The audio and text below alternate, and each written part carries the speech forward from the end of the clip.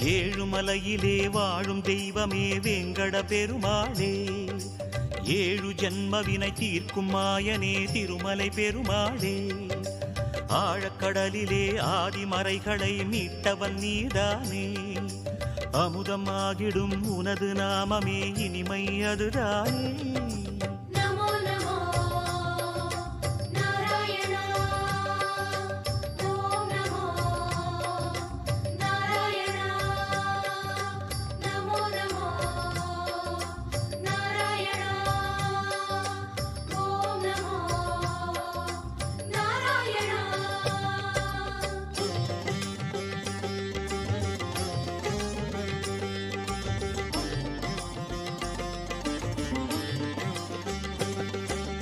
நமோ நமோ Narayana, ஓம் நமோ